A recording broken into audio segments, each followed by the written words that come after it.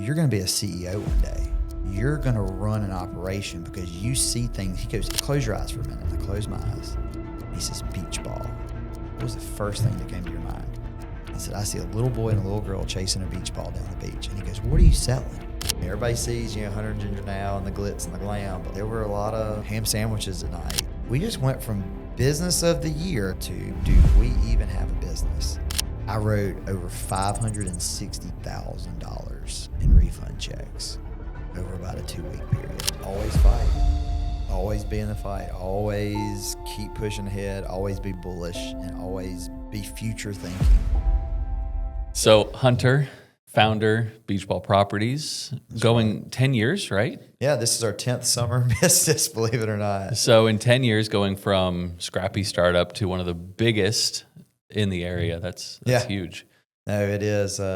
Sometimes those 10 years feel like we're still just getting started. Yeah. Which I think anybody needs to have that kind of hunger if you're going to grow. And sometimes it feels like it's been 100 years that we've been in this business. So, it just depends on what day or what time of the year, really. Right. Yeah.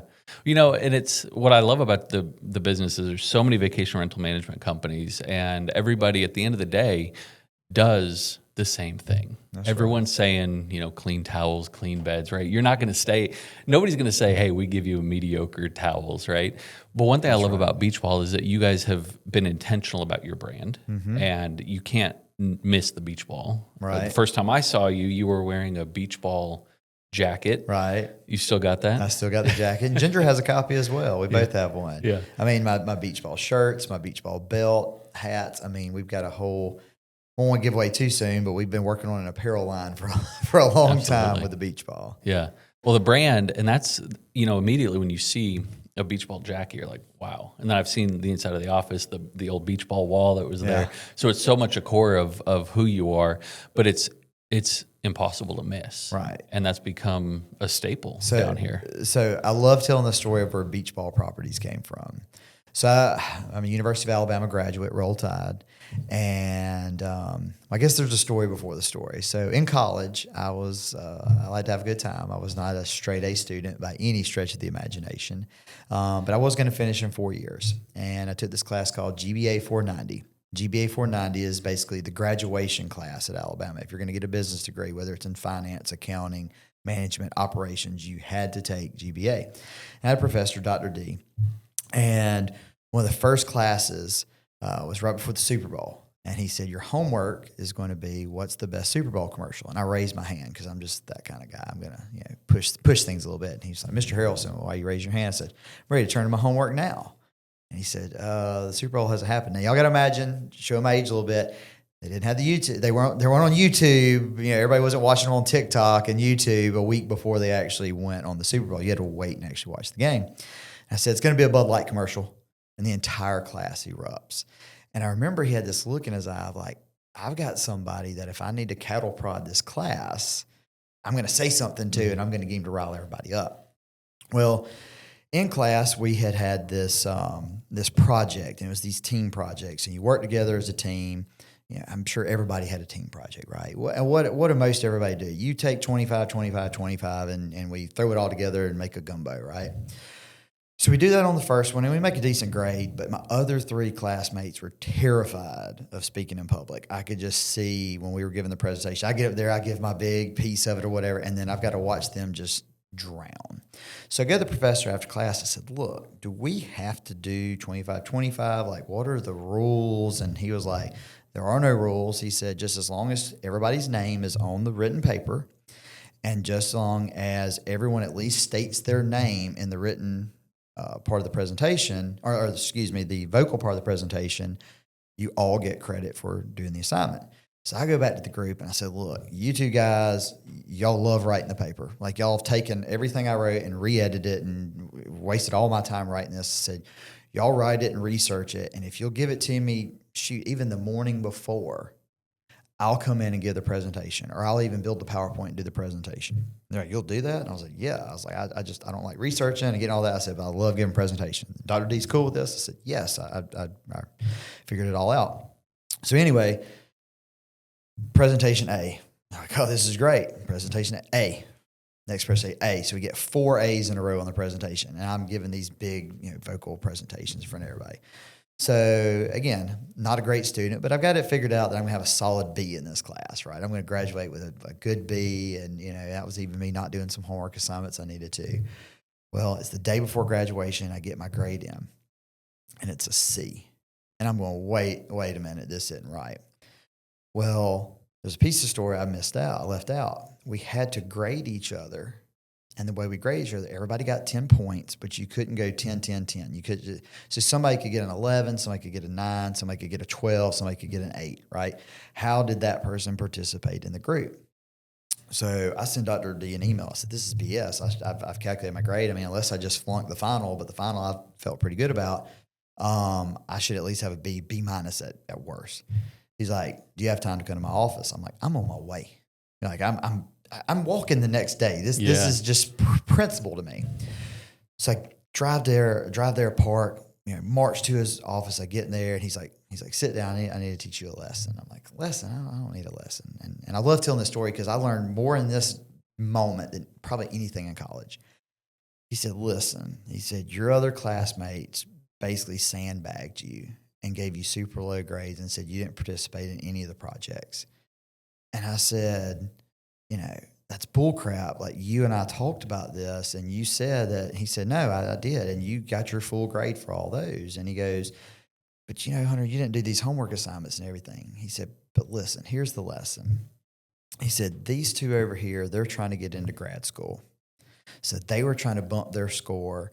They know your story. They know where you're going after this. They were they basically didn't see you as a person, didn't think anything of it. This other guy, he's going to be digging ditches in 6 months. He said, but he goes, you're going to be a CEO one day. You're going to run an operation because you see things. He goes, everybody splits this class up into 4 and 4. He's like, you're one of the few people that came to me and saw the talents of your team, placed them in the right places. And I still get chills when I tell that story because I'm like, at the time, I'm 22 years old, about to walk. I'm kind of like, okay, cool, thanks, whatever for the, I know I'm going to go work for my dad. Yeah, I know I'm going to be a CEO, whatever. But I didn't really absorb it until later. And the more I tell it and I think about it. So all that leads up to now I'm starting this company, and I still lean on Dr. D. He has me come speak in Tuscaloosa usually once a year to a class. He's brought me in to be a shark to just eat alive his classes on, business ideas and whatnot. And sometimes he tells me to take it easy on him or on them because he's like, they're just college students, Hunter. Their ideas, they're trying to learn. I'm like, I get it. So I called him. I said, look, I've got this business. This is what we're going to be doing, and I need a name. And he's like, okay. He's like, well, where are you at right now? So I've got this board, and I remember the sticky notes, all different names, right? And I said, but I kind of want to be cool. I want to be edgy, something like Uber or Monster. And he's like, shut up, Hunter. He's like, none of those companies started out with that name. He's like, things evolve. He's like, but let's give me the weekend to think about it. Okay. So Monday or Tuesday rolls around. He's like, you got time for a call? Take the call. He says, I've got the name for you. I said, okay. Now, to be fair, Beachball was one of the names up there. He says, I like the name Beachball. And I remember thinking about it. I said, really? Beachball? It just, I don't know. I mean, I know I have it up there. He said, well, close your eyes for a minute. And I closed my eyes. And he says, Beachball. I said, okay. He said, what was the first thing that came to your mind? I said, I see a little boy and a little girl chasing a beach ball down the beach. And he goes, what are you selling? And I was like, I still get chills when I tell this story. And I'm like, you're exactly right. Like that you can't not think of a beach ball and not think positively about it and not think of the beach. I mean, you could associate maybe with festivals or concerts or whatnot, but I was just like, that's positive. Now here's the best part. Beachball Properties was available on GoDaddy for $1.99. So that kind of helped, tie in the name. And then that also plays into our logo. A lot of people look at our logo and they're like, sometimes they say it looks a little bit like a Coke bottle, and some people say it looks like the Carnival Cruise, and there's these different subliminal things. And I wish I could tell you I was so smart that was all the plan, right? And it's primary colors and sometimes people will try to tell you there was that whole vision, but really for us it was. We were looking at all these different companies that were, they wanted like $1,500 down, or they wanted $1,000 just to talk to us about logo design, and we were broke. We didn't have money, and GoDaddy said for $300 they would give us 3 rounds of 3 of logo design. And their logo designer would kind of take our ideas. And I remember just Googling beach balls, and I found an image of one, and I said, look, I don't want to use this exactly, but I kind of like this look. On the second round, they came up with what was called we call it our actual logo. It's the side logo. And I came up with the tagline, "Come have a ball at the beach." Like that one it just came right out of me. Well, go down about 6 months when we started trying to get merch. I had a good relationship with our merchandiser, and they were like, "Well, look, your logo just on a business card looks good, but when I'm trying to put you on a koozie or I'm trying to put you on these different things, it just stretches. Look, do you mind if we take some creative liberties?" I was like, "Yeah, sure." So at zero cost to me, what y'all now see, the beach ball logo with the Beachball Properties circle, is what they came up with. And I'm like, okay, that's the logo. That's it. And of course, I wear just the traditional, just the beach ball, because that we'll get more into what we're talking about more, because I wanted it to be more than just a property. I wanted people to see the beach ball, think of Hunter and Ginger, think of property management, think of vacations, think of a good time at the beach. So I know that's a very long answer on how you get to beach ball, but that's what it takes for you to understand the basis of where this all comes from. Right. Not just, we're opening up a business, we're going to try to make money, let's pay the mortgage. We wanted to be something more, right? There was a vision. Yeah. Well, and it has to be bigger than just what you're doing. If you look at any brand out there, look at Red Bull, right? Mm-hmm. They sell energy drinks, but if you look at all their marketing, everything that they're about a lifestyle of adventure, of sports, right? Harley, they happen to sell motorcycles, but they're, again, selling life cycle. Yeti coolers, if you look at any of their films, any of their commercials, the cooler is almost a secondary business to the lifestyle that they're selling. And it sounds like you've done that. Yeah. So let's jump all the way back to college. Okay. So in that moment, I'm sure you weren't like, this is this grand CEO plan, but take me back into that moment when you were like, I'm not good at this stuff. This is where I shine. What was that like in that experience working through that? Did you realize what was happening, or did that come later? That came, it's kind of there and later, right? I knew I had natural talent. I look at people like my wife, she's a student. I mean, she's a lawyer. You've got to study and read and retain. I am more of a conceptual person. I understand concepts. I could, if I could just show up to class and pay attention, I knew I could at least B and C my way through college. I knew I could graduate. I knew it wasn't. If I'd have pushed myself, I could have been an A student. But I just wasn't. I knew I had so much natural ability in other places, which that's sometimes a regret to me. I'm like, I wish I could go back and I could have really applied myself. But then again, maybe I learned lessons in different ways. I mean, Mark Zuckerberg dropped out of school in one semester. I mean, Bill Gates didn't finish. Once you find your vision, you find your way, you move. College is just that piece of paper, right? So part of the story is that some people know, some people don't. My dad is an extremely successful general contractor. He works in heavy industrial. We're talking paper mills, chemical plants, car manufacturers. And he is a true self-made, youngest of 7 children, married my mom at 18, had to make a living, and I watched his struggles. But there were lessons that I didn't understand even in high school, if you go back, watching cash flows and watching decisions he had to make and watching his work ethic that I didn't realize that the normal person doesn't get to see. Normal people don't know what QuickBooks are or how to use QuickBooks. I remember getting into business and people being like, oh, we have these classes on QuickBooks, and me being like, doesn't everybody know how to run QuickBooks? Or there's the book Rich Dad, Poor Dad, right? And everybody's like, oh, it changed my whole lifestyle. And I was like, this is about just assets and liabilities. So there were things I even realized I was learning lessons on. So I took college as, okay, I know I need the piece of paper. I'm going to have a good time going to Bama football games. My dad wants me to do this thing. And because if I have this degree, it'll make me stand up in life.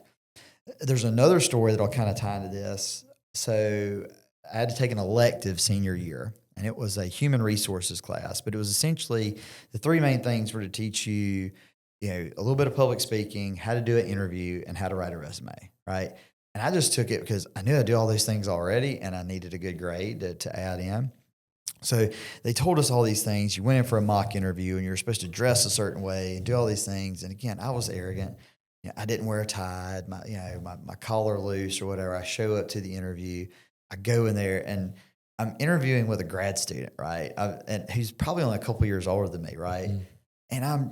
And he just asked me questions, and I'm just and I just blow him away, and I walk out of the class, and immediately the grad student would he got an A in this, he did this, and the teacher just sits there. And I just remember rubbing her forehead, and I could tell she was frustrated with me, and I was like, "What's wrong?" She's like, she's like, "You just make me so angry," and I'm like, "I make you angry? Like, what have I done?" She goes, "Hunter, I have people in this class that are trying to get into grad school.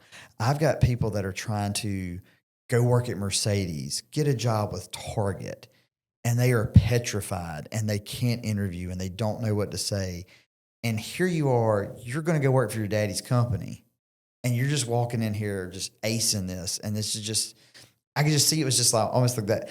And it was like that moment that I was like, okay, I know I'm talented. I know that I can rely on these other things. So there are more lessons I learned in college outside. Like this is a lesson that, maybe college has changed. But back then, I remember a senior came to me when I was a freshman and said, look, college professors are real people.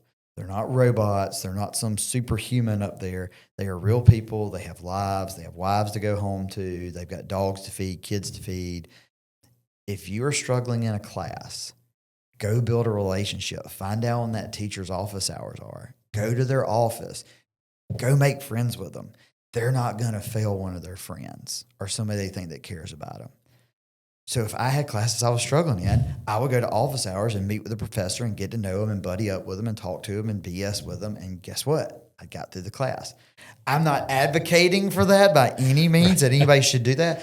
But those are things that I learned that were skills that helped me build and make me be who I am today, that make me a successful business person, not because I made an A on a test about the economics of the 1970s in Great Britain, right? Yep. Those are the things where, I struggle a little bit with, and I had people that were mentors to me that said, college just, what college really is? College teaches you that you can get up an alarm clock, you can feed yourself, that you can grow up.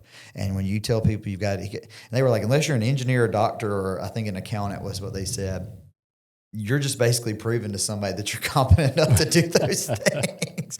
So I tried to expand on those lessons. So a little bit of wasted talent because I kind of thought I knew what my future was, but I also remember professors being like, you don't know that you'll be there with your dad for forever.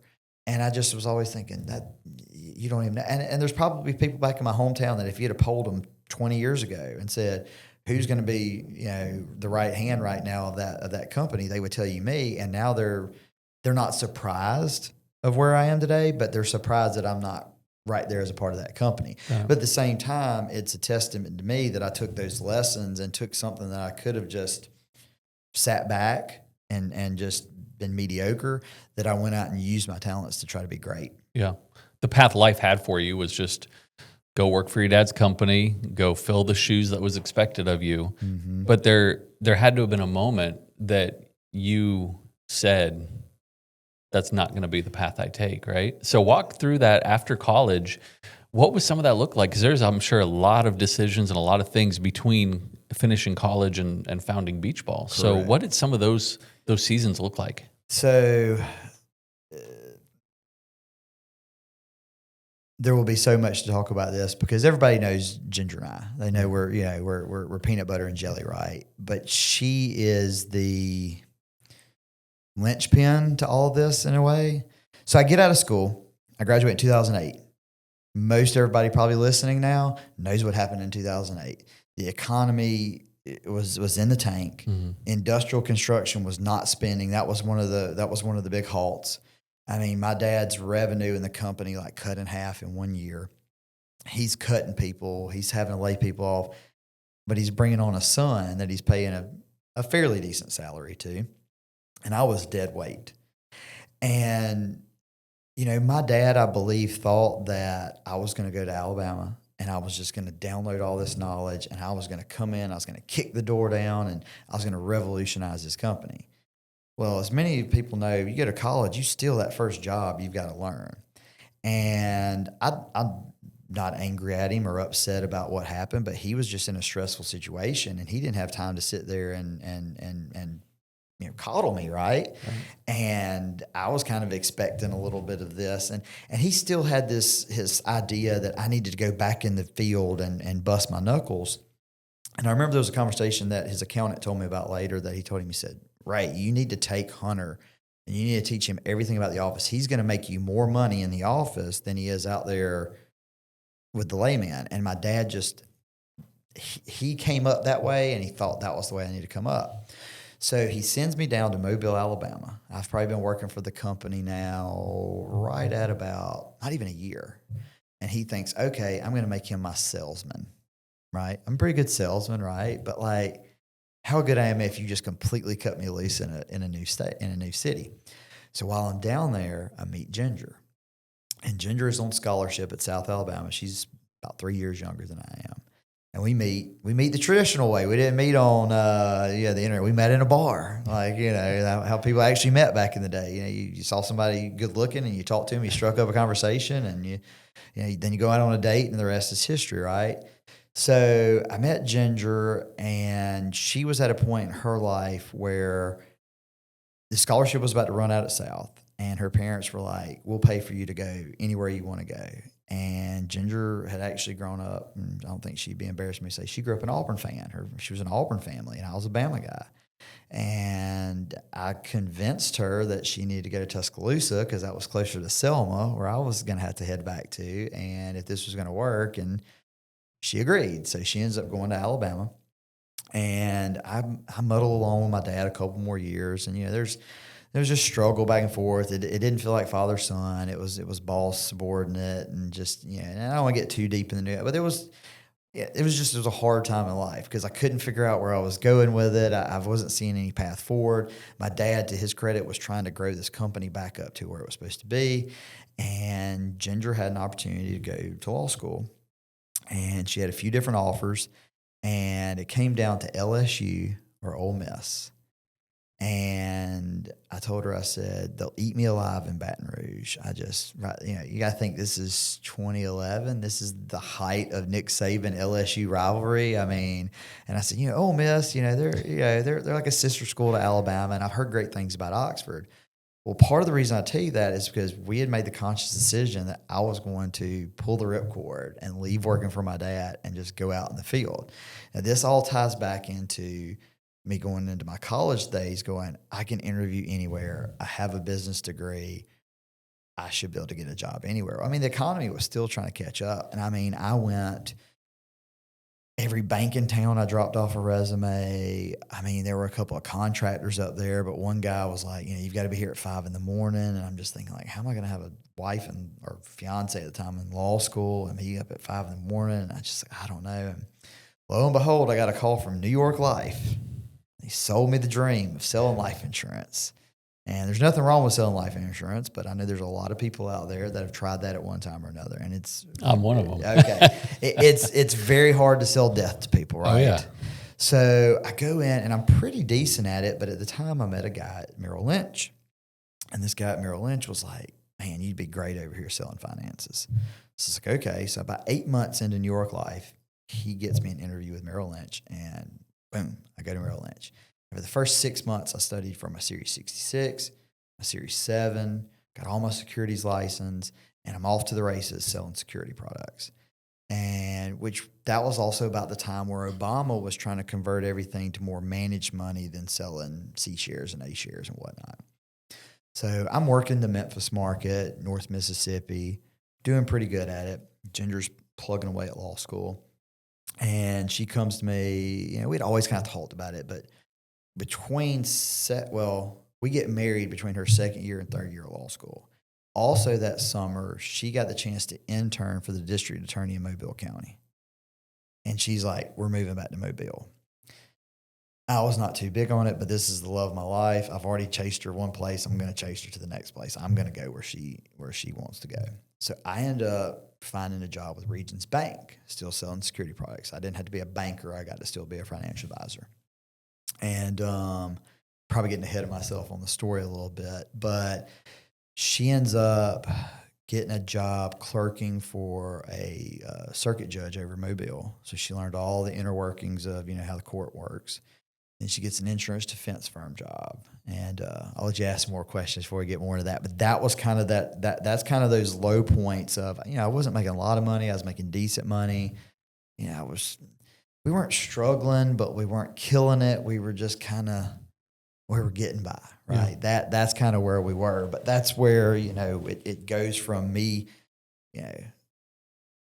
I'll always will love Ginger and cherish Ginger and always look up to her in a way because she brings the best out in me. She brings that other side, that drive, that makes me want to be great. Yeah. If you don't have that, my wife she is the ultimate green light. She'll green lights the crazy ideas. When I say, hey, I'm going to start this or do this, she's the ultimate ride or die. And I look at other people that don't have that, and I'm like, how do you go through life or start a business or do anything without your wife right behind you? Mm-hmm. Oftentimes pushing you harder than that you're even able to be pushed yourself. And so it's amazing that you've had that. And there's been frustrating times. There's been so many times I want to turn around and just quit pushing me, just get off my back. Like I'm doing the best I can. And that's when she pushes harder. Yeah. She sees what's in you. She sees many times when you probably haven't yourself. Correct. Yeah. And I see things in her. And I'm more her stable, her rock. Like I'm there for when she's having a tough day, or she just needs a shoulder to cry on, or which she don't cry much, but if she needs that, and I'm kind of her sounding board, right? Sure. And we're just such an interesting couple because people sometimes don't know what to make of us, because we do treat each other as equals. There's not this one leads the other. We flop back and forth decision making. Rarely do we make a decision without. I'll tell you a little aside to this. So I've got a really good buddy, Tater Harris. I think anybody listening to this podcast probably knows Tater. And Tater said, Hunter, he said, one thing I know about you and Ginger is if I have a conversation with you or if I have a conversation with Ginger, I know there's about a 95% chance that you two have already discussed this issue and y'all are on the same page about it. And I'm going to get probably about the same answer on it. And he's like, that's just, and it's just an awesome feeling that somebody else recognizes that we don't work against one another. And, nobody tries to, upstage the other one or I'm the man and I made this decision, or I'm the attorney and I made this decision. It's jointly thought out together. And frankly, I hear people go, I couldn't work with my wife that way. I couldn't be. I'm like, we don't know how to work not that way. When we're not together, we're more frustrated, because we're trying to figure out, what's the strategy? What are we doing here? How are we going to do this? How are we going to handle that? Yeah. Y'all bounce off each other and build each other. It sounds like it's an amazing teamwork. It is. Yeah. It is. So you're selling investment products, and I can be right there with you with life insurance. That's the reason I left. Is I tell people I got tired of selling death. do I really want to sit here and tell people you're going to die? That's why you need this.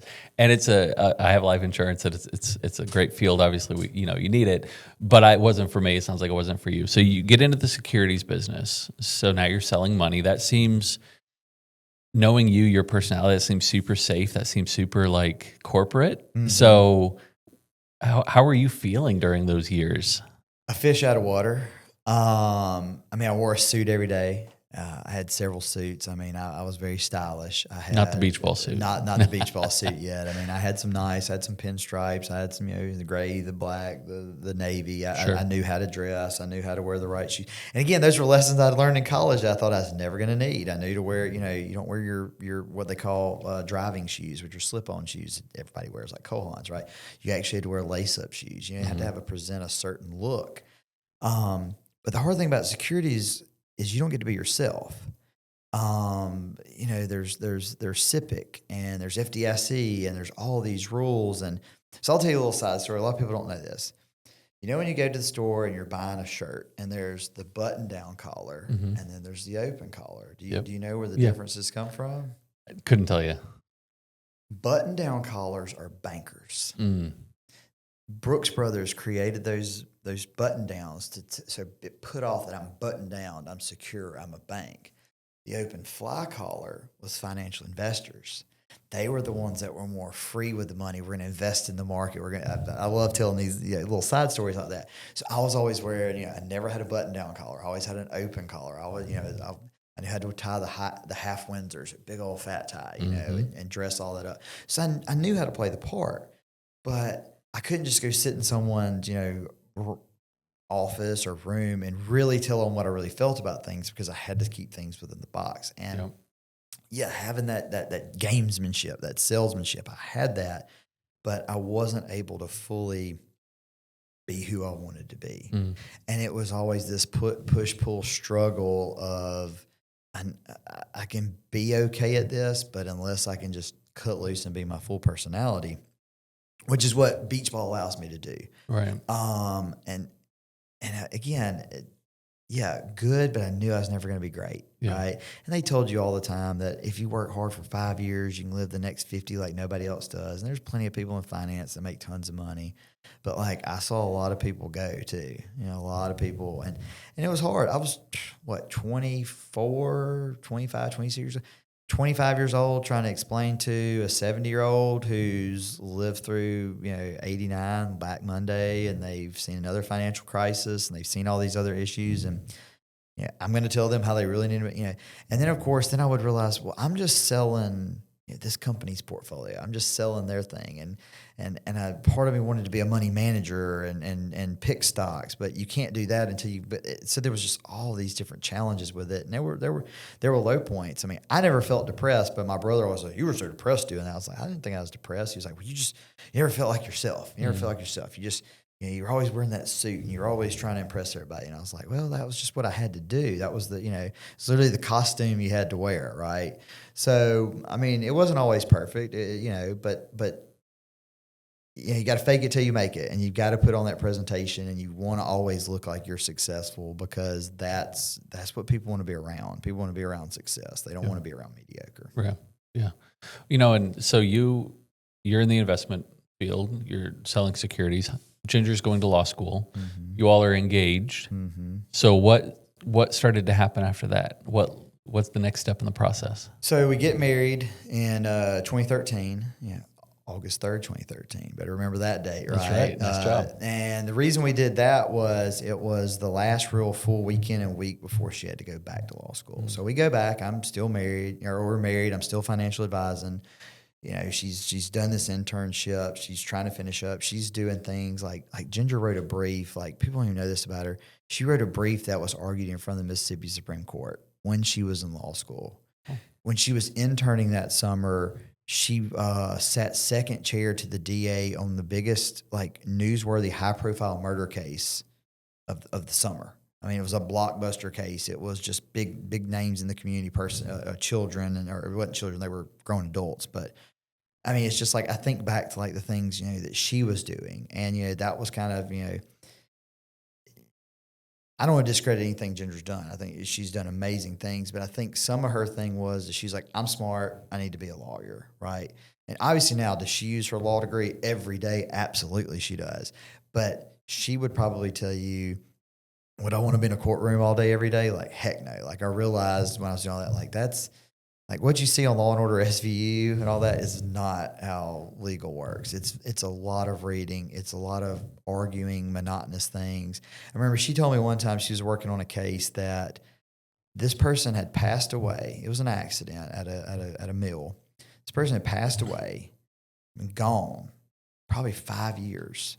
And 5 years later, the insurance companies between the company he worked for and the mill were still arguing over $500,000 over whose fault it was on this certain instance. And she was just like, what am I doing right now? Mm-hmm. We're still arguing over that. Can't somebody just say, okay, look, it was our fault, whatever. But they continue to pay us. They continue to pay the attorneys to fight this, to not be at fault. And there's various different nuances to why that could be. But yeah, so she's working there. She's working at the insurance defense firm. And I had a friend that was working, his mom and sister were working at a vacation rental company. and the owners were absentee. They had decided that they wanted to go on the road. I mean, they were probably in their late 60s. They were retirement age. And they started making this turquoise jewelry, necklaces and rings and bracelets and everything. And they were going to these, folk art festivals all over the country and selling this. And just the company was just kind of bebopping along. And they were like, y'all should come in and buy this. I'm like, I am tired of kind of this whole rat race, and let's take a look at it. So we take a look at it, and we were able to get the company for pennies on the dollar, basically. And Ginger's going to continue to work at the law firm, doing the insurance defense stuff, and she was going to be the breadwinner. She was going to make all the big money, and I was going to do this this side hustle project. And I'm in there learning my way, I get my real estate license, and I'm kind of figuring everything out, and things kind of came to a head with the employees that were there. We kind of figured out why the owners were absentee. It just wasn't, it wasn't profitable. It wasn't going in the right direction. There was differences in how the new ownership needed to run the company from the way the old ownership did things. And finally things came to a head, and everybody walked out on me but one person. And I called Ginger and I said, well, it's just me and Jeremy here today, and I'm going to be on the phones all day, and it's going to be sink or swim. And I remember calling the software company, and I got on the phone with this girl named Lauren Scrackenghost. Lauren will always be, she'll have a special place in my heart. And I said, Lauren, I don't know what to tell you. I bought this company. You're my rep for the software company. I have no clue what I'm doing, and I'm going to rely on you to please help me get me to at least a point where I can get some help in here. And she's like, I got you. So part of the software package was to get 10 free hours, I think, a year of like training, additional time. Lauren probably gave me 50. Probably wasn't authorized, but she made sure that I understood. And by about the second month or so, I finally kind of had it all down. And I'll never forget Jeremy too. One day, he was kind of manning the phones while I was trying to figure everything out. And he would kind of teach me things and show me things. And it was a Friday afternoon. It was probably 3:00 in the afternoon. And Jeremy's like, Hunter, you need to take this call. Like, okay. I get on the phone with this belligerent woman.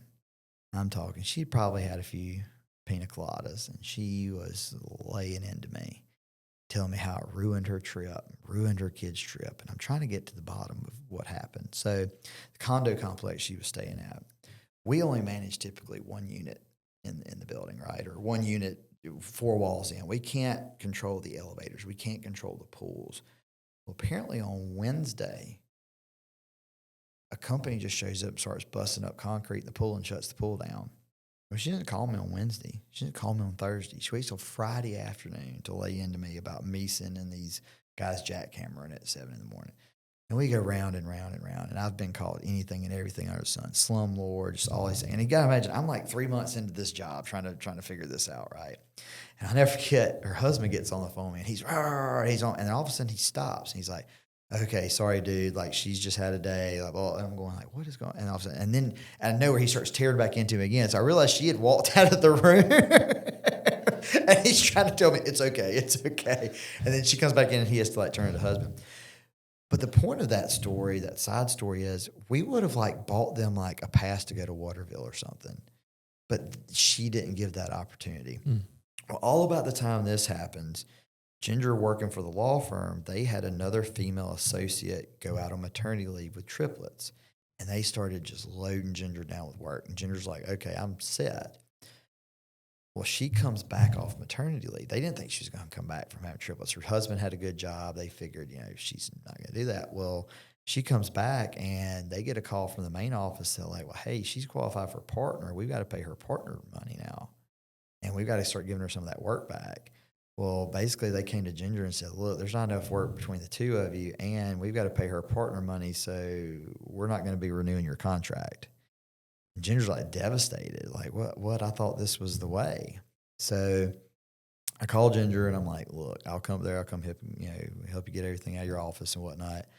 And it was a low point. Like, she's just like, well, what am I going to do? And I'm like, we'll find you another law job. We'll find something. Like, you'll be okay. And, we've got some savings or whatnot. And I said, but in the meantime, why don't you just come down and kind of help me with this company? And that was all. And I didn't even mention this.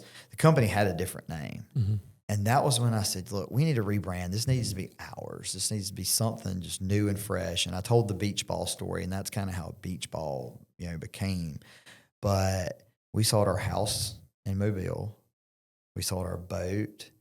I was selling clothes on eBay. I was selling anything I could I was like, I don't really need this. I don't need this. I was selling my suits, that I had all these nice suits and ties. And we cashed out what was in our 401ks, took the big penalty hit that you have to take to cash them out early. And it was just anything we could to get along because we had to pay Jeremy's salary to continue to work. We had to pay for the software. And I still forget. I normally don't like to talk numbers, but our first year in business, we did $99,000. Wow. Didn't even hit six figures, or I guess six figures. We hit six figures, and I think about now sometimes, that's what we spend in a month sometimes. But we got by, and fortunately my parents had a condo at the beach, and they were like, look, well, as long as you pay us the power bill, y'all can stay there. We had 2 big dogs. I had to get up every morning at 5, go walk them outside, come back at lunch, walk them, drive back, come back, didn't have anywhere else to go but there. And Ginger, all along the time, she was looking for law jobs, and she ended up getting very fortunate that a guy she went to high school with, his mom was the city attorney for Orange Beach. And I guess just through us putting things out there in the atmosphere, she called Ginger and said, hey, I heard you might be looking for some legal work. And she said, I need somebody part-time to just kind of help me. She goes, I'm in Mobile. I can't just drive down to the beach on a whim, but if you go to City Hall and do these types of things, it would be very helpful. So that's kind of where Ginger got into the political realm of learning about city government and doing that. But that was the low point. Yeah. That was the tough time. Everybody sees Hunter and Ginger now and the glitz and the glam, but like there were a lot of ham sandwiches at nights and thinking what have we done? Was this the best move? It wasn't so bad in Mobile, was it? Right. So you both go from having a path. You're working at the bank. You have security. Mm-hmm. Ginger's got a solid footing in the law office. Everything seems to be going good, and you step out, buy this small book of business, right? There wasn't very many properties in 20 properties. Yeah. So so I don't want to overstate how many you even started with. So you start with a book of 20 properties. And 6 of them left as soon as ownership changed. So we really were down to 14, 13. One property, we always kind of let a half property because it only rented like 4 weeks out of the year kind of thing. Yeah. Because if you look back at our history, sometimes you'll see 13. I think 14 has been the most consistent that we started with. But yeah, it was not some big book of business that we had a lot to work off of. And really of that 14, there's only 3 left, 3 OGs still in the company. Wow. Yeah. So you guys pulled everything together to even buy that book of business. Yeah. Because you were just trying to figure out what to do. This opportunity presented itself. Correct. Because I think that it's easy to see where your company is today and then not realize what it took to even get it off the ground. That's right. And so what was it like in that season when you're thinking, okay, Ginger's fresh into her law career, you're leaving banking to go buy this business. Mm-hmm. Not even really a successful business, right? Yet. What was going on in that season as you're making these decisions, figuring out how are we going to, number one, buy it, and number two, even run it? Right. So the buying it part wasn't too difficult because at that time, Ginger still had the good job. Mm-hmm. So that was like, okay, and again, this was going to be kind of more, I'm not like a puppy, but it's cute. Hunter's going to have this, little deal. So we were kind of confident and comfortable at first. But anything, comes out of necessity, right? So when Ginger's unfortunate event happened, it was just one of those moments that I just remember.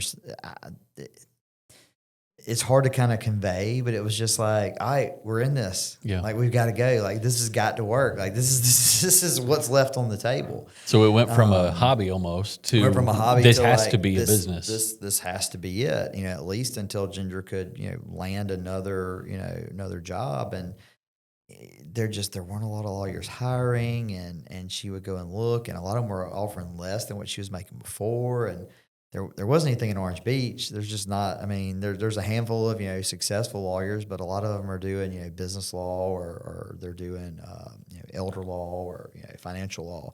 There wasn't you've got to drive to Fairhope, or I know attorneys in Fairhope, so I drive to Mobile. Still the big city is where the big money type stuff was going on, and we'd gone all in, and we were like, we don't want to go back to Mobile, and and Mobile's a big city, and compared to Orange Beach, there's a lot of crime in Mobile. We had our house sold. We were there the last week moving out, and somebody broke into my truck and stole my firearm out of it. That was just, and we lived on what I considered a nicer part of town. In Orange Beach, you leave your doors unlocked half the time. You don't have to worry about it. So, it was stressful.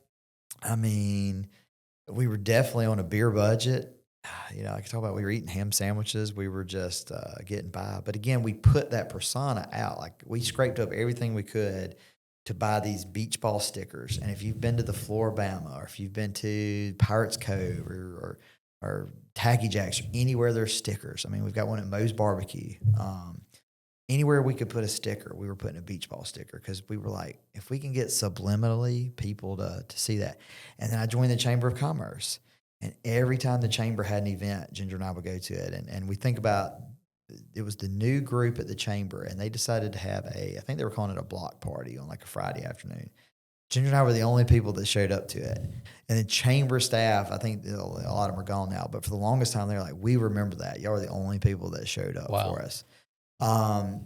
One concept that Ginger and I had was, okay, if you look at Orange Beach Gulf Shores, I call it the I-65 Mississippi River funnel.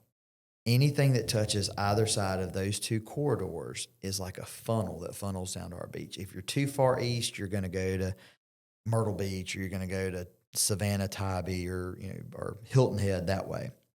Atlanta likes to go to 30A, right? They like to go to Destin. There's just something about them to go straight down instead of to cut over a little bit.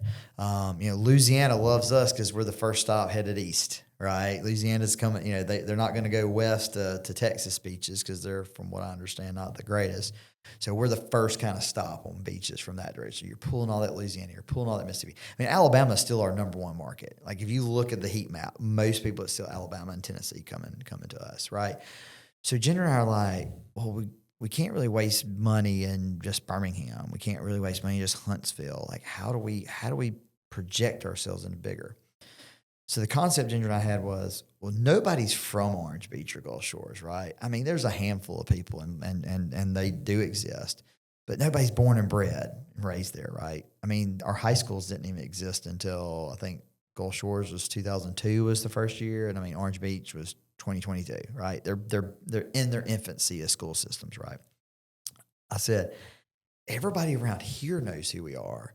They will know somebody back home to tell about us. And that was kind of that strategy of how we grow, and it was be there and be present, and what money I think back to the Wharf. We've got a great partnership with the Wharf. You can see all the different sponsorship we do there, but it just so happened that at the time, one of their marketing people, actually their general manager now, Jade, and I went to high school together. And one of their marketing girls, her little brother was my pledge brother. So again, you got to use relationships. I don't care what anybody says in life. Relationships matter. Networking matters. So we contacted them. We were like, we don't have any money, but is there something we can do, right? And they let us come let us put a tent out for the wine festival. And we sat there and handed out koozies and stickers to everybody coming in. They don't even do that festival anymore, which wine in September, it was really hot, so I kind of get that. And then there was the beach ball drop that they used to have. And it was the Pepsi beach ball drop. Pepsi's their main sponsor there. But we were like, look, how can you not include us? So they did. I still to this day think that the event doesn't exist because Pepsi got upset because people thought it was our event and not the Pepsi beach ball drop. But we leveraged things like that to make ourselves look bigger than we really were.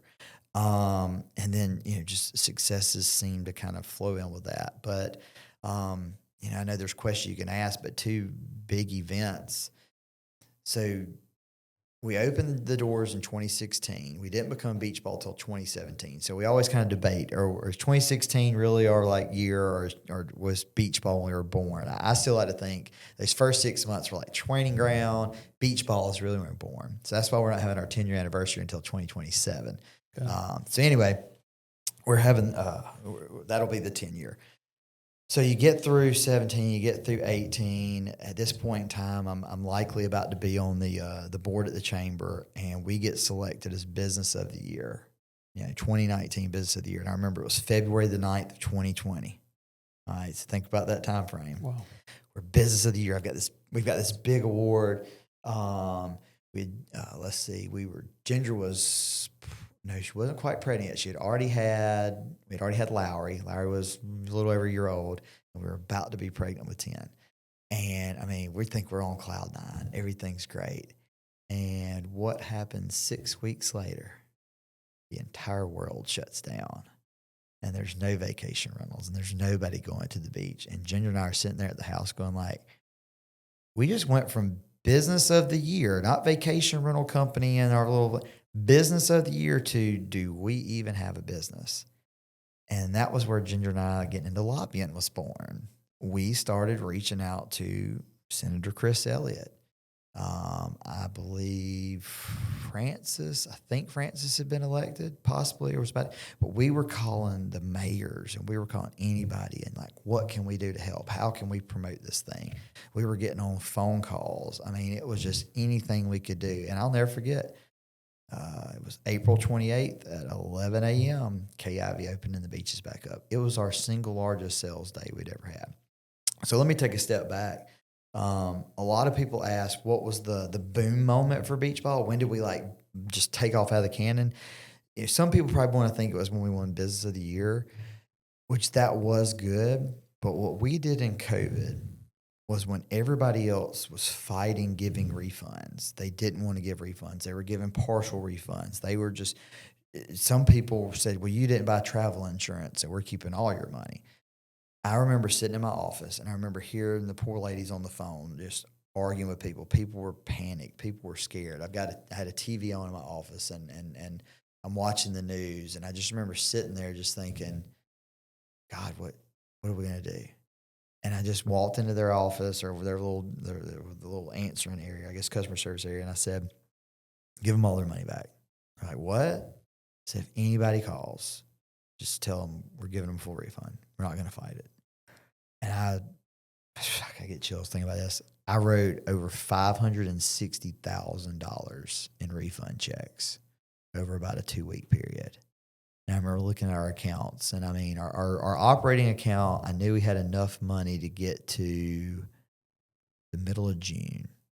And I remember going to all my staff, I said, I'm not laying anybody off. I said, everybody's got a job, but y'all go to the house.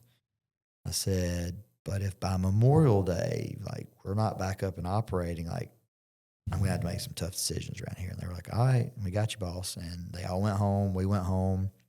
I remember, Ginger and I gained a whole bunch of weight because we were just sitting there just eating, and we were watching Coco Melon with Lowry on the TV. I think we watched the movie Frozen 100 times. We were just, shoot. I mean, hey, to admit, you're cracking open a beer by noon. I mean, it was like, it's like, what are you going to do? Where are you going to go? And then it was like when everything opened back up, I remember Ginger had started the Facebook pages, and it just, all people talked about was how good we were and how we took care of everybody and how we gave refunds, and just people were just pouring to us. And then the Facebook messaging was like all positive on us. And that was where we just went from like getting by, probably a thorn in people's side, to like known commodity in the community. So it was like the Business of the Year kind of, I think because of all that happened, and then we were able to kind of go, hey, but look at this trophy we won right beforehand. It like elevated us into something new. Well, you took the long game and did the right thing by writing over $500,000 worth of refunds. And that, I know in that season, I remember February, March of 2020, everybody thought the world was ending. Nobody thought anybody would spend another dollar. And so it was this time where everybody started to go into self-preservation mode. And so Beach Ball, you had a few years going at that point. You guys had started hitting some strides, and then this happens. Yeah. So you're seeing that this business that you've really just had for about 3 years at that point, what's going through your mind at that time? I mean, business of the year to where next? Yes. I don't know though. Ginger and I like you have your down moments. I mean, everybody does, but I always feel like I'm a bullish person too. Like I just always believe that the beach would open back up. I just kind of had this. I was like, this just can't be shut down forever, you know. And of course, I was lobbying, arguing, going, the beaches are open. Like you're not close to one another. You're not, you're standing far apart. Like this, this seems kind of kooky. And I mean, some people, now say, I told you so. I told you masked it. But there was a lot of, there was a lot of question about it. And then what happened 6 months later? Hurricane Sally hit us.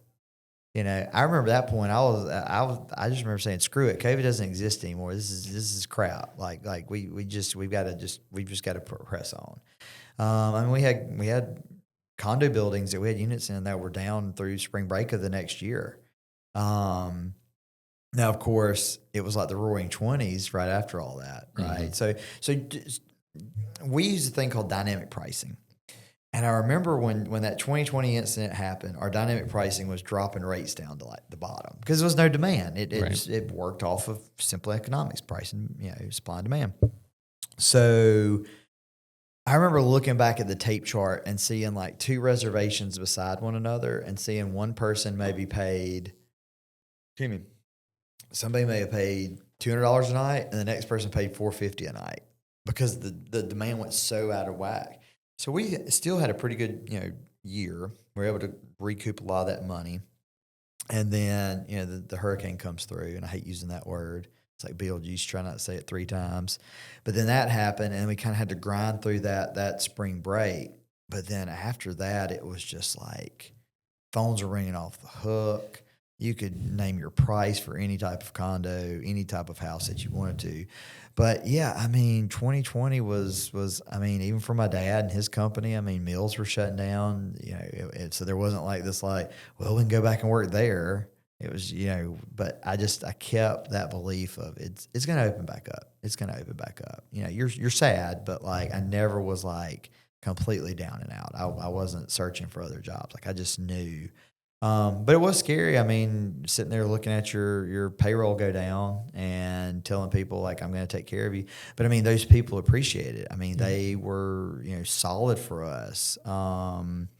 They never wavered. I remember the day, like we were tipped off that the governor was likely going to, so I called everybody and was like, I need you back in the office today. And like, they were excited for work. Like they were ready to get back in. I mean, we never did like the kumbaya, everybody got on Zoom, hey, how you doing kind of thing. We would communicate and text one another, how you doing, whatnot. But like, I remember the energy that day. Everybody was just excited. They knew it was coming. They were ready for the phones to ring. And I mean, we probably worked that day until 7 p.m., which was normally we closed about 5.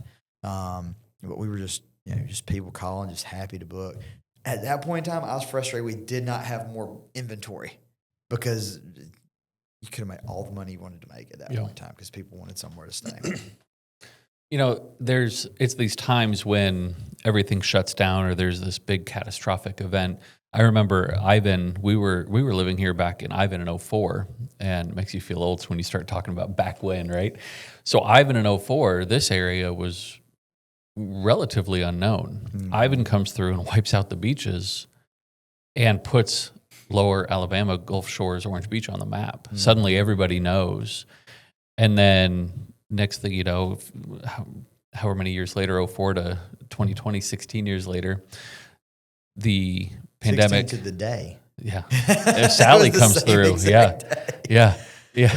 And so now we have this other thing between COVID and Sally. Again, you have the doom and gloom, the people that say, it's never coming back, right? The glass half full. But then you have the people with the resolve that say it's going to come back and it's going to be better. So if we break away from like in that moment, what do you think is that mindset that entrepreneurs, people, business owners, whoever it may be, what is the difference between somebody that says we're doomed and the other person that says it's going to be better than ever? So I may go in a strange direction on this answer. I think I was watching a TikTok or it was a podcast or something, and they were talking about the reason America is as strong as it is, the reason it's the still number one producing country in the world. Think about all the immigrants that came to America. They were the wildcatters, right? They were the ones saying, burn the boats, we're going somewhere new to start something new. So it's almost ingrained in the DNA of this country, right? Almost kind of the same way with beach people, right? Like everybody that moves down here, sure, you've got your retirees that are just, cashing out, right? But like it's such a resilient area down here. I almost use the ant bed analogy. Like we know some kid's going to come by every few years and kick our ant bed over, but we're prepared to build it back. Specifically on Sally, you talked about Ivan. I remember when Sally hit, Ginger was, she was 6 months pregnant with 10. And my parents were fortunate enough, they were far enough north that it didn't affect them, which is funny. Actually, the storm that hit afterwards, I can't remember the name of it, how it missed us and boomeranged back up. It actually hit where my parents were and knocked their power out. So my dad was like, I can't have my daughter-in-law in the heat. So he was able to, through his business, get a generator. So he comes down the next day. Within, I don't think we went more than 36 hours without power. We had power back restored at our house. We were inviting people over to come take showers. People were coming to our house. And because we had fiber internet, we had full internet and full power within 36 hours of our house. So people would come over and if they needed to get emails out, they needed to try to do anything. We kind of became kind of the hub. We actually had a staff meeting. Everybody came to our house and sat around our dining room table and we worked. But I remember the talk was that Ivan, they were talking 21 days for internet, or not internet, power. So we were fully expecting, 21. We had power back, full power in 6 days. Oh. Like they have done such a great job down here of building out the infrastructure, prepared for that kind of storm. Yeah. Same thing with the trash pickup. I remember our neighbor across the street, they hadn't lived here long enough. They're like, well, what do we do with all this debris? I'm like, city ain't coming. Like, if you get out to the road, it'll be picked up. And I remember neighbors were pitching in, like we were picking up stuff in our yard. And my dad came down with dump trailers and chainsaws, and we were going to other people's houses and cutting limbs. But like we all pitch in together, and it's very unique to this community. To kind of tell you that uniqueness, there was a horrific tornado that ripped through my hometown of Selma. I think it was back in 22. I mean, you can drive through the town now, and if you knew it 10 years ago now, you can see where it looked like a bulldozer came through, kind of like Tuscaloosa. I remember calling, somebody from up there called me and said, look, y'all down at the beach, y'all have got it all figured out. Can y'all send any like engineers or something to come up and come help? And we tried to, and Selma ended up turning it down. But like, it was 21 days, a month before they were even back fully restored for power there. And there were still some areas that weren't, because they just weren't ready for it. That's just not their plan. But down here, we've got a plan, and it's just, I heard somebody the other day said, if you live at the beach, you're either really good at what you do or you got really lucky. Just, due to the finances down here. A lot of business owners, a lot of retirees have sold their business. It's amazing. I live in Orange Beach, that how many second homes you have down there compared to full-time residents. So we all have a kind of crazy mindset. Now I'll flip that for you too. There is a contingent of people that I say live in our area that they come down here and they work really hard for 6 months and then they vanish, right? And there's a lot of people that think it's easy. I talked to your buddy Tim Lauer. Me and him talk about this all the time, that if you come to the beach and work, or you come to this area and you work and you're willing to give it your all, you can be as successful as you want to be, because not everybody wants to work. Yep. And this kind of ties back into the beach ball being an organic thing. If you go through the directory now, I think there's 90 vacation rental management companies or registered vacation rental management companies. But if I polled you and asked you how many are there, you'd probably think you can maybe name 5 or 6, right? There's a lot of them that are just happy getting by. They've thrown a name together. Maybe they've put a little logo together, and they get a handful of properties under management, and they're content, and they're doing that. And that was never I never had a content goal. I never had if we get to this, we'll take our foot off the pedal, right? I mean, we're in year 10 and we're still trying to do things to redesign ourselves, to make ourselves better, to elevate ourselves. My marketing team calls it the sizzle, the beach ball sizzle. And what can we do to change things? I mean, right now we're putting in a program we're getting in with owners and revitalizing the inside of their property, because we've seen the trend is now, lack of better terms, I call it, you want Instagrammable properties. You want something that somebody says, I want to stay there and I want my friends to know I stayed there, right? Where traditionally every condo cookie cutter looked the same. Everything was whitewashed. Everything was granite countertops. Everybody wanted stainless appliances.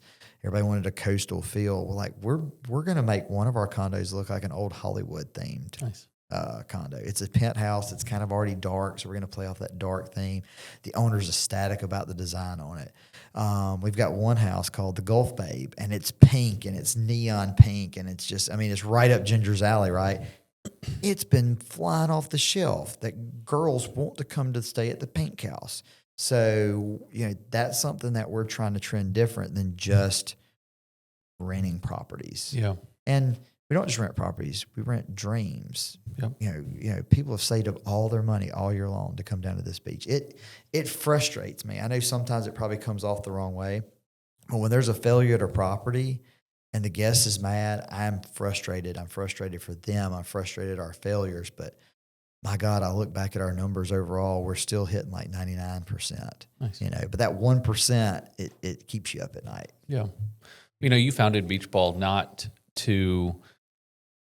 just to build something up and sell it, or just have something that you could build up a book of business and just coast. Mm-hmm. So in those early days, what was the goal? Like, what were you trying to do in those first few years? So I remember this vividly. I was at the B-Car building up in Robertsdale, and one of my mentors and I were on the phone. He's a family friend.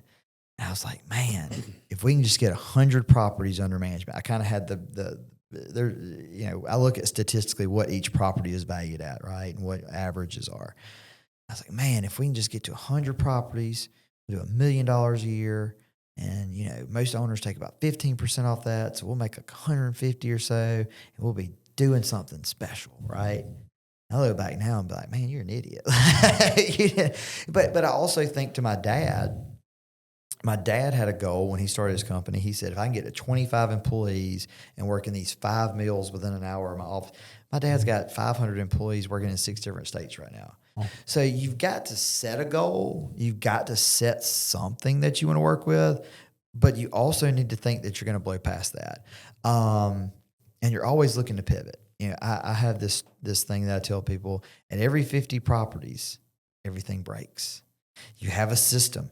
Everything's clicking. You're gelling. Oh, man, this is working. And it's not exactly at 51, but all of a sudden you're at 55 and like these failures are happening. Everybody's getting frustrated. And it's, we did this way. And why is it not working this way? And then you spend all off. I tell people I'm busier in the off season than in season. Everybody thinks, they'll see me go on a trip in June and they're like, how are you leaving in June? I'm like, hay's in the barn, brother. Like my maintenance and housekeeping and customer service is making sure everything's operating. Right now, owners are happy. They're making money. Other owners are not switching properties. The systems better be in place, right? And if they're not, we've just got to get through. But you take October to February, that's when we're back in the kitchen. Like we are putting it all together. So every off season, we're reevaluating. Why did this fail? Why did this do? Like I'll give you an example. When we were smaller, and I had 3 or 4 maintenance guys, ones that I had a personal relationship with, that I could speak to every day, that I kind of had that meeting with them. I gave them cell phones, and they had full authority to call an owner and explain to an owner what was happening in their property. Well, when you get to 350 properties and you have 8 maintenance guys, and you have turnover in that department, you can't give every one of those guys a phone and say, you can just call the owner and tell them whatever, because you, at this point in time, don't know what's going to come out of their mouth or what they might say or not say. So now we had to rebuild that to where they have to go and assess, and then they have to channel that to their manager, and then their manager, either them or an owner relations manager, is going to call the owner and explain what's going on. And that broke my heart. Because that was something I loved about our company, that it gave you, but sometimes you have to pivot to that, right? I still think bringing cleaning in-house was one of the greatest decisions I ever made. For years, we relied on subcontractors. But once you got into the nuts of the season and one of your subs was failing, you couldn't fire them because there wasn't another sub to bring in. You just had to kind of go through them. Now with your own cleaning company, if one cleaner starts to fail, you get rid of them and you find somebody else. So, you got that control factor there. But I got to give Jennifer Taylor, our operations manager, just tons of credit. Like, she developed that program. I know how to sweep and mop, but the detail that she's put in everything, and the way she trains them and what they understand they have to do, and it's amazing to me. I don't think guests understand. I don't think the layman understands, and this is something you're going to help me out with. What happens, the magic that happens between 10 a.m. and 4 p.m. I don't think people understand that on any given Saturday in June, we may have 200 properties flipping. 200.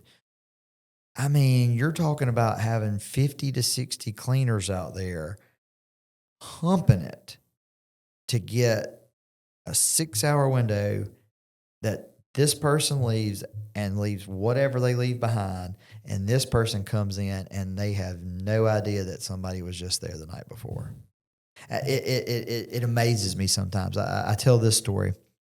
We were in one of our board meetings, if you will, or one of our staff meetings.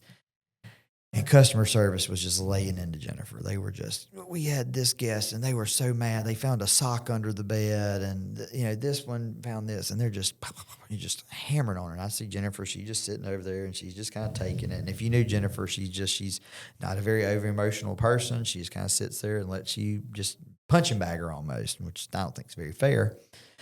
And finally, they all kind of settled down, and I said, Jennifer, how many cleans did we perform last week? She pulls her book out. She said, we did 403 cleans. I said, 403 cleans throughout the week. Yes. You imagine 350 properties, you're going to have some turnover, right? 403 cleans. And I looked back at customer service. I said, how many complaints do we have? And they said, well, 5 major. I said, 5 out of 403. Do y'all understand that that's barely over 1%? There are 397 guests right now, or 98 guests, that are having a wonderful time, that everything was spick and span and they're not calling a complaint. She needs a hand, not a beat up. And everybody just in the room kind of stopped, and they were like, we never thought about it that way. Yeah. And I'm like, you've got to give the credit where the credit is due. I mean, for the maintenance guys, I'll look at the log. We'll do 200 work orders in a week. And, it's anything from a light bulb's out in a closet to, a door frame has gotten loose, or, there's a leak under a sink that we've got to go repair. It's a machine that's just constantly, it slows down at night, but it's constantly moving. Yeah. Well, it is that machine and systems. Mm-hmm. A lot of people talk about systems, and you've talked about, I've heard you say it quite a few times, about every 50 it breaks. Mm-hmm.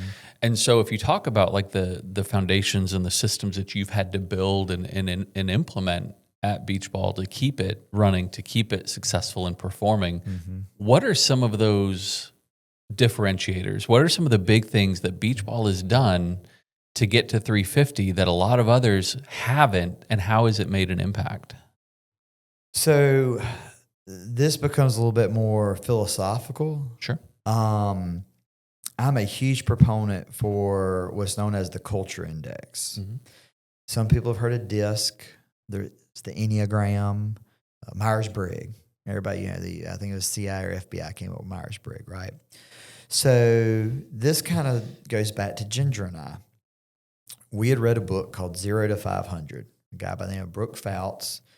He was in Ocean City, Maryland. He was a mortgage broker in 2008. So he goes from having this great business mortgage to nothing. I mean, overnight. So a friend of his says, I'm opening up a vacation rental company in Ocean City, Maryland. And he lives in Baltimore. So he's like, okay, what do you want me to do? He's like, well, I need somebody to run it. This was a wealthy guy. And he's like, I need somebody to run it. And Brooke's like, I don't know about that. And one of his other buddies said, man, you just got a lifeline. You just got offered a job in the worst economy like we've seen. Like, take it. So he's like, okay. Well, at the time, Ocean City. So imagine this. You go to Gulf Shores, Orange Beach right now. The expectation is that linens are on the bed, right? Mm-hmm. This is 2009. In Ocean City, you brought your own linens to your stay. And Brooke had stayed in other places. And he saw that concept and said, we need to provide the linens. We need to have the linens and the clean and have everything ready for these people. We don't, we need to provide that service. And he was an innovator. And he went from 0 to 500 properties in 5 years. I mean, it's a wild story.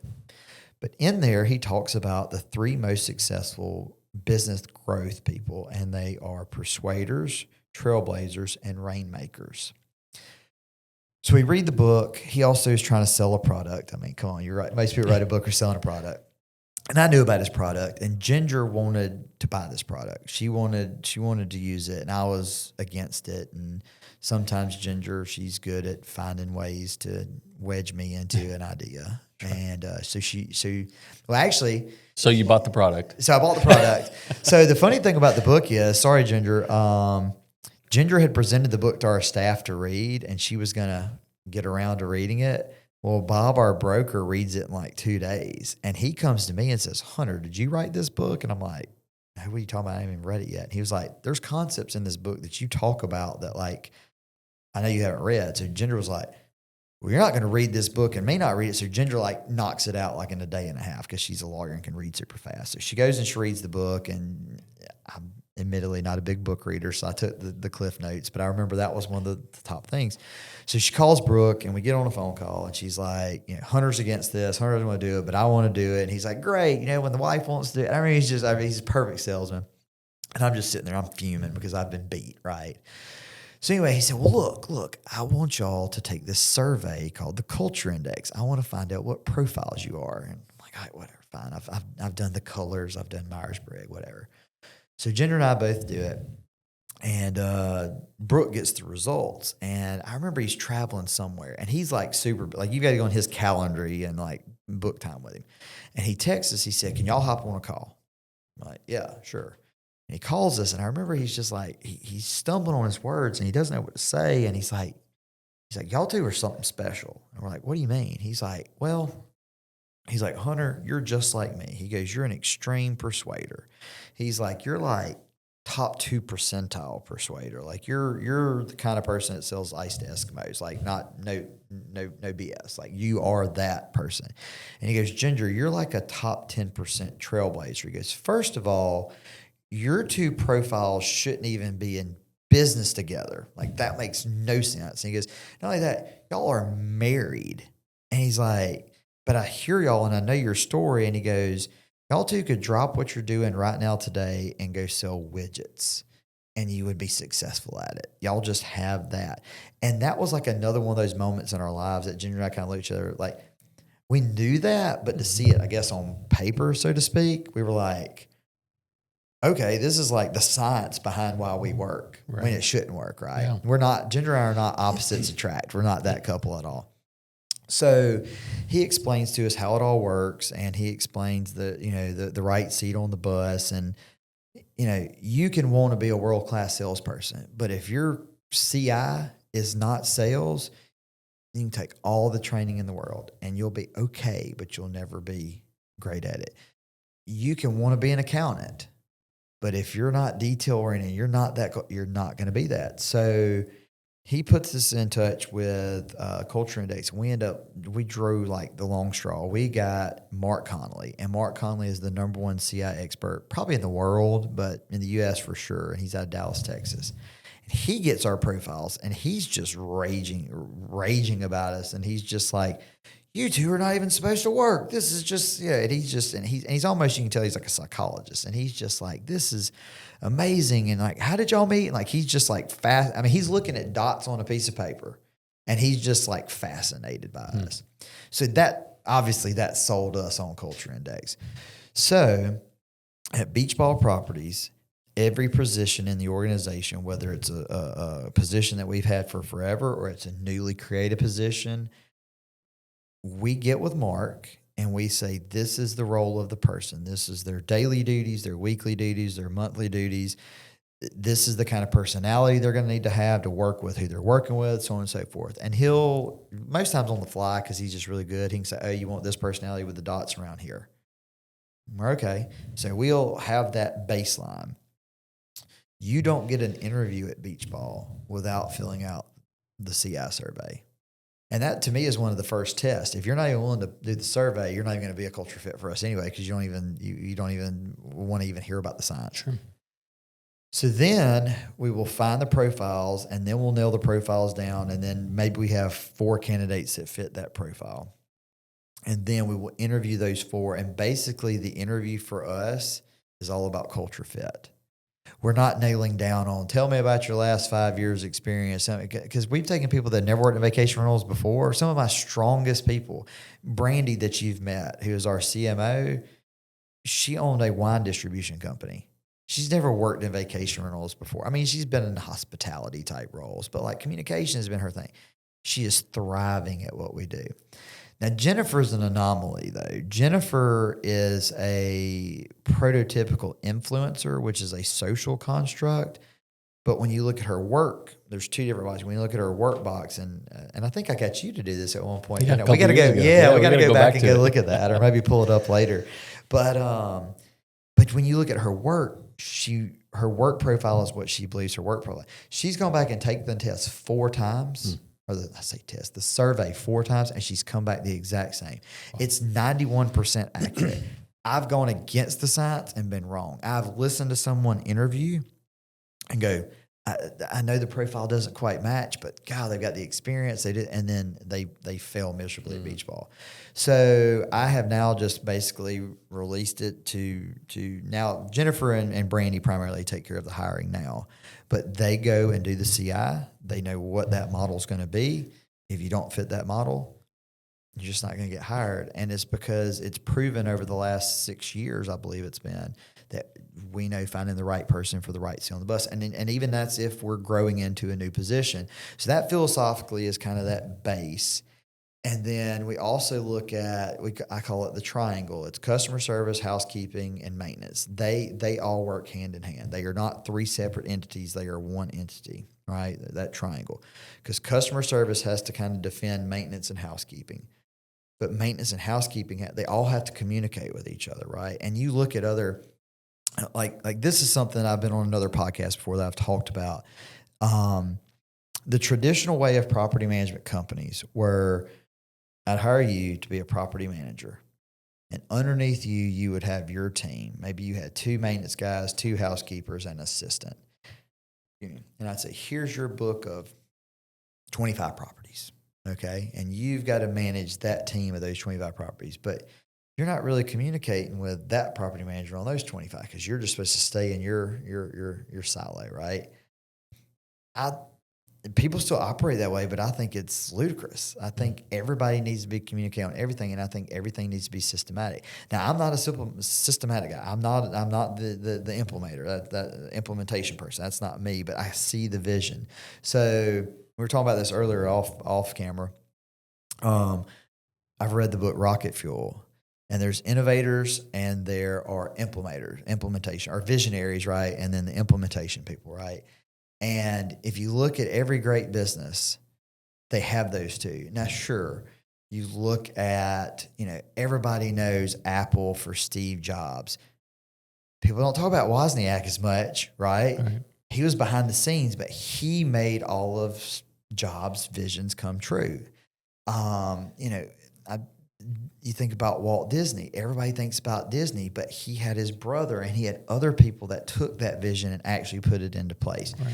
And when you get that combination of people, that somebody that you can talk and I say you can talk in rainbows, right? And they can somehow decipher all that and put it into something. You're going to be unstoppable, and that's kind of what we've done. And with Culture Index, building that, Ginger and I can come up with a concept. We can come up with an idea. We can see a vision, because Ginger and I, we're constantly online looking at things.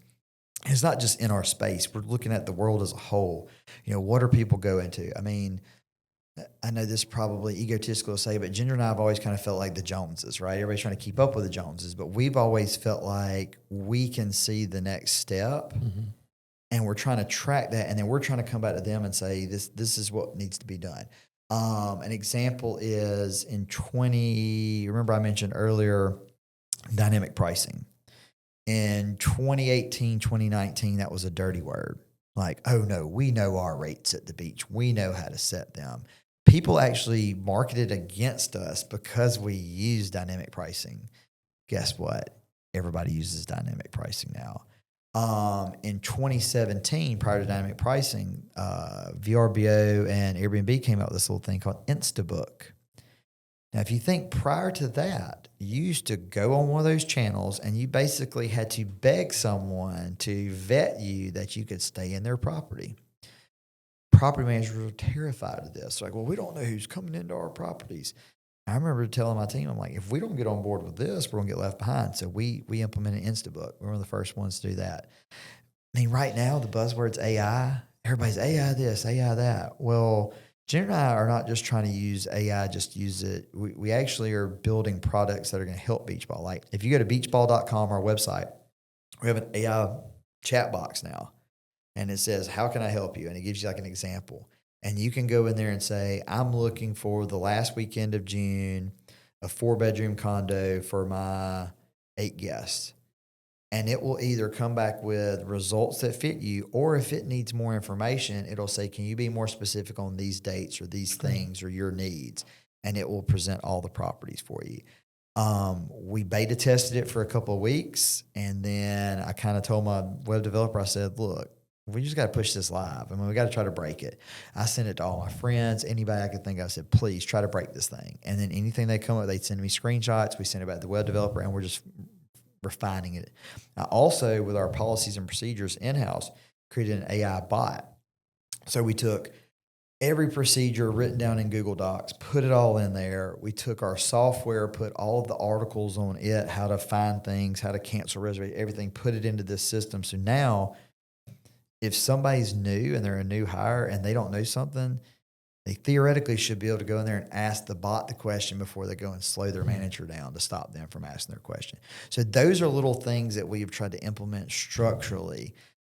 But at the end of the day, it's still property management. It's still customer service. It's still trying to provide that great stay. But you also go back to, we haven't even talked about this, the beach baller. The beach baller mentality. We came up with, show my age. In high school, Pastor Troy came out with a song called Want to Be a Baller. That might not even be the exact name, but it's like, want to be a baller, shot caller. Everybody knows that song, 20-inch plays. I mean, they can sing it outright, right? On the Impala. Yeah, there you go. There you go. Everybody knows it. So we were just like naturally like beach baller. And we started calling our guests beach ballers and our homeowners beach baller. And we wanted to make you feel like you were a part of something. You were part of that beach baller family. So now, like, you'll see people like my staff, they don't wear just like a traditional beach ball shirt. It says beach baller. Like they are a part of that. And it's just all those little things that just, it didn't all happen overnight. It was different ideas that built upon themselves. And we're still building, we're still growing. Yeah. So the right people. The right people. Being willing to test things and push things. Yes. Too many people die in the thoughts, in the planning.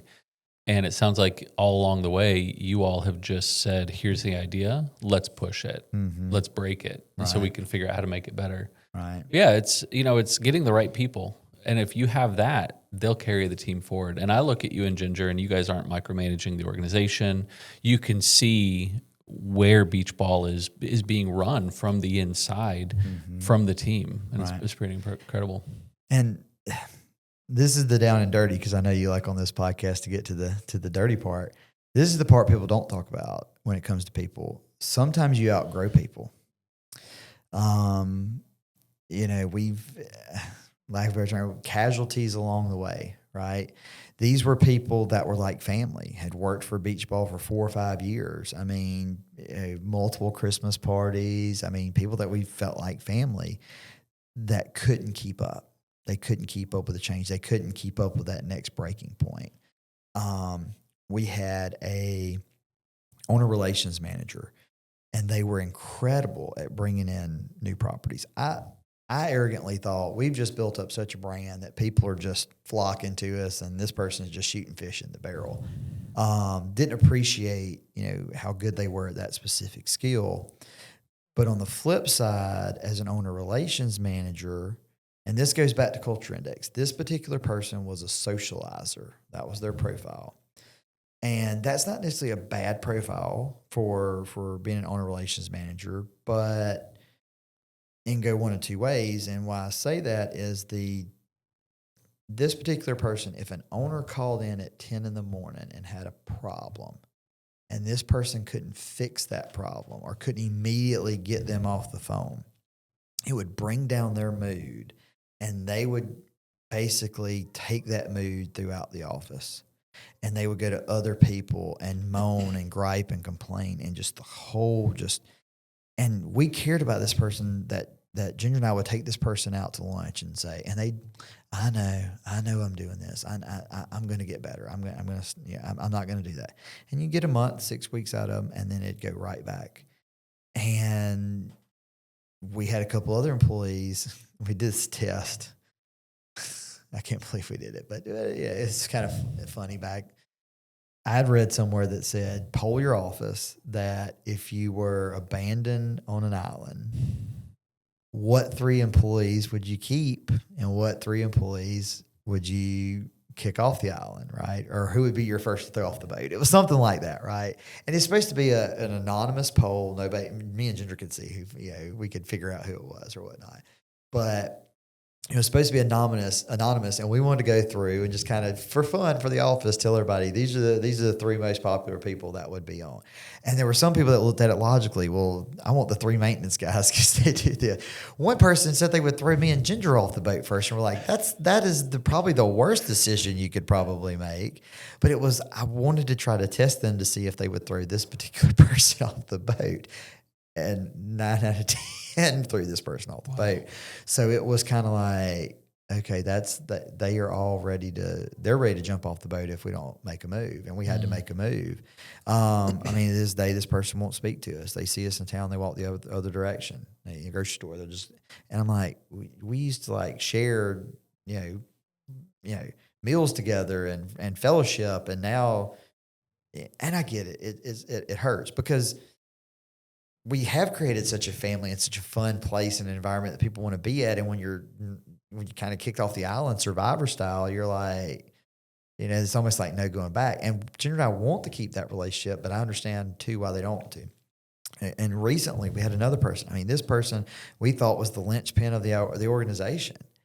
And there were failures happening all around the company. And Ginger and I couldn't figure it out, and we would have meetings and we would all discuss and just what's going on? What's going on? And this particular person was like, got it, it's fixed, consider it done. We were just like, oh yeah, hoorah, like we're going to do it. And it wasn't until another employee finally spoke up. They called us to the side, and at one point I was like, oh God, are you quitting? And they were like, no, heavens no, but you need to understand what's going on here. Mm. So Ginger and I started pressing and digging, and we got about 2 weeks into our investigation. And this person, I guess they could feel the fire, and they just quit. Never in a million years thought they were going to quit. And our intention was not a witch hunt to fire them. We were hoping to resolve some of the solutions and maybe put them in a different seat on the bus.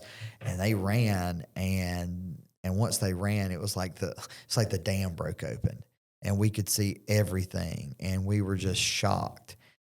But at the same time, it was almost like the dam needed to be broken because everybody in the office, like the whole mood changed. Everybody got back invigorated again. And there were times, I get a real call probably once every 3 months for somebody wanting to buy our company. like not just like one of those like spam, whatever, private. Like these are people that are like seriously interested. And I've always been like, we're not selling beach ball. Like that's not what we're building this for. Like we're building it for something new. But there were a couple of times when this dam was jammed up that I was just like, you ever heard the term Jesus take the wheel? It was like, man, if you give me the right price, it might be just worth just. Well, once that broke open, like I haven't even considered it. I was like, we've again all these exciting things I've been talking about. I'm like, no, this is what we're doing what's right. So that's the dark side that people don't talk about. Everybody wants you to, look at that happy team, whatever. Well, there's casualties along the way. Yeah. And you don't want it to be that way. You want everybody to be family, but there's a reason they celebrate people that have made 5, 10, 20 years at an operation. I mean, I joke, other than government employees, most people don't make it that long somewhere. Right. And those are tough, hard decisions. Those are decisions that, keep you up at night and you hate it and you think about their family and what they're going through. But at the same time, like, you can't let your operation suffer because of it. Yeah. And that, to your point, what you're talking about with private equity buying everything up, it seems like every industry, is just this week, even more real estate, going down and being bought and sold. And it seems like every industry, almost every company is being pursued by private equity and PE. So what's your why? Why does Beachball keep running as an independent organization? And what keeps you from saying sold? I love it. I mean, I just love what I do. I mean, it feels like a lifestyle job at this point. Everything's in place. I like the challenge. Again, there was that frustration a few months ago, but like once we figured it out, like now I'm fired up again. And Ginger and I, we're in other things. I mean, Ginger's in politics now. So we kind of have that to kind of keep us, occupied. And we're high energy people. I've thought about it. Okay, if I sold, let's say I did, I've had a number in mind, right? I'm 40 years old. Ginger's 37. We have a 5-year-old and a 7-year-old. Their college should probably be taken care of. We drive nice enough cars. We live in a great neighborhood in Orange Beach. We don't worry about making our next mortgage payment. We've got good money in the bank, good equity in our properties. So if we sold at this number, I would no longer be a business owner and managing people and expectations and doing fun things. I would be managing a portfolio of money to just make more money for me to do what? My kids are in elementary school, so it's not like Ginger and I can just go jet set and go island hop, right? We've got to be there for our kids and raise our kids. 10's 5, so we're looking at 13 years till he's in college. And so, I mean, maybe 13 years from now, I mean, I've kind of got a goal at 55 to retire. I'd like to retire then and maybe not be fully retired, like still maybe have some small little businesses and things to keep me occupied in. And I mean, maybe Lowry and 10 one day want to be, part of the business. Maybe they don't. I mean, I'm not one of those dads that's like, oh, you've got to come work for me. I could care less. I want them to be happy. I want them to do what they want to do. I hope that I'm a good enough dad that like I think back to like my family situation. I could easily be just working for my dad at my dad's company and just taking the easy road. But the old adage, first one makes it, second maintains it, third one spends it all. I feel like I've kind of broken that cycle. My dad's made it, and now I'm trying to make it to add to that. I hope that my children, I joke with my 7-year-old daughter all the time. I tell her, I'm like, you've got to marry a man that's better than me. And she joked with us. She said, why can't I just marry you? I had to explain to her, well, because I'm married to your mommy, right? But, and Tater jokes at me. He's like, God bless the guy that ever tries to impress her, like, what you've done for her. But, like, I really mean that. Like, I want her to meet somebody that's better than me. Yeah. And, my little boy, I want him to be better than me. That's my goal. And whether that's in vacation rentals or whether Lowry wants to be a bug scientist and 10 wants to play pro sports or whatever they want, or just wants to be involved in sports, I want them to be happy and do that. So, I guess it's just that love, that adventure. I mean, I may have mentioned this earlier, it may have been off camera, but like I love this beach ball shirt, right? We have this dream to maybe one day have an apparel lifestyle brand, right? The beach ball brand. I know nothing about branding. My hope is that we've created a cool enough looking brand or a cool enough looking logo that somebody just wants to pick it up and we just get the royalties off of it. I'm not about to go open up a manufacturing office and start printing shirts or anything like that. But like, is that plausible? Is it not? I don't know. But we're at a point financially that we can toy with that idea, right? We can see. And nowadays, I mean, like you've got these direct ship, right? I mean, drop shipping. So that's what we want to start on the front end of it is like one of Brandy's ideas is to do beach ball pet stuff. So all of our pet friendly properties, putting a flyer in there that you can use this QR code. And we just, if it drop ships, they're going to make most of the money off of all that. But see, is it viable, right? So we're testing little things like that. I've had people come to me and say, "Oh, would you ever like to be a business consultant?" And I'm like, "No." And they're like, "Why?" And I'm like, "Well, first of all, when you say consultant, people hear money and they run." And I was like, then I have to sell myself to be a consultant to people, and I'd rather just help people. But then sometimes it's probably you don't think from hearing me talk for the last couple hours, but like it's hard for me sometimes to explain exactly the how. Mm-hmm. I can tell you the story of it. I always kind of equate it to I tell people if Nick Saban gave you his 2012 playbook, it wouldn't do you any good in 2020, right? I'm the same way. Like I'm giving you my playbook. I'll tell you exactly what we're doing at Beach Ball, but that doesn't mean that's the way I'm doing it in 2 years. And I like that. I like that growth. I like that doing something new and trying something new. And I wake up every morning at 6 when the kids wake me up, and I'm not like groaning and, oh God, I've got to go to work today. It's more like, okay, what do I need to work on today? Yeah. So there's a long answer for it, but it's the truth.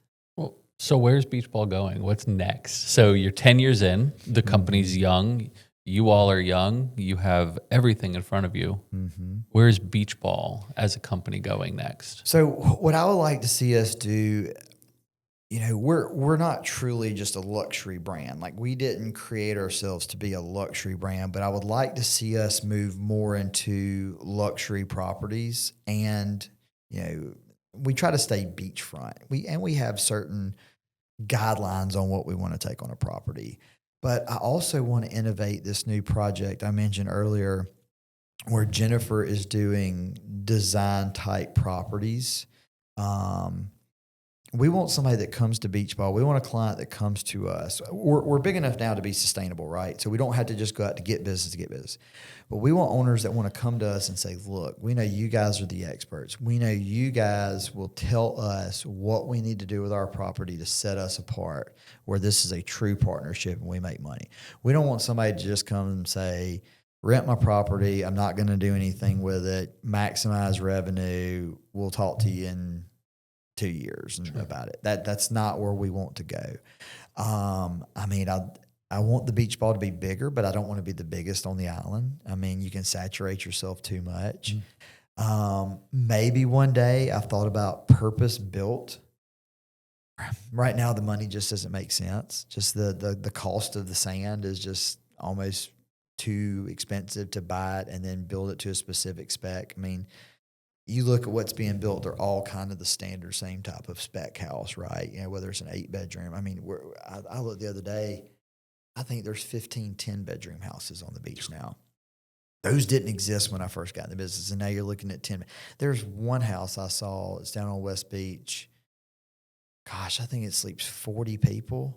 It's got a game room in it. I mean, it's just, I don't know 40 people that I'd want to go on vacation and be in one house in, but it seems to be, the economics of it is typically that particular house is going to generate a lot of money that week. But if you divide it by 40, it's more economical than a 2-bedroom. I get the economics of it, but it's still outrageous to me that these you got to spend time with 40 people are going to spend that much time. I mean, I don't even know a bachelor party or a bachelorette party can get that many people into a house, but they're obviously profitable or developers willing to build it. So, I've thought about that. I love down like in Orlando and Disney, you have these houses that are built that are Disney specific. I've stayed in a house in Fort Lauderdale before that was like, I joked that it looked like the Scarface house because it was just all this black and gold and looked like it was made in the 80s. But kept it that Miami Vice vibe. And the whole backyard had like a mini soccer field, a basketball court, a pool, a fire pit. They had all the things. They had like the stuff to make s'mores with in the kitchen. I mean, it was just this whole thing. It's different at the beach because we're a little bit more hotelish in our turnover. I'd like to see some of that start to come to the beach, but you got to weigh the cost on it. Yeah. And then of course the apparel brand, could be something that works for us. And then, I kind of like this. I thought about maybe doing a Beachball podcast at some point. There we maybe. go.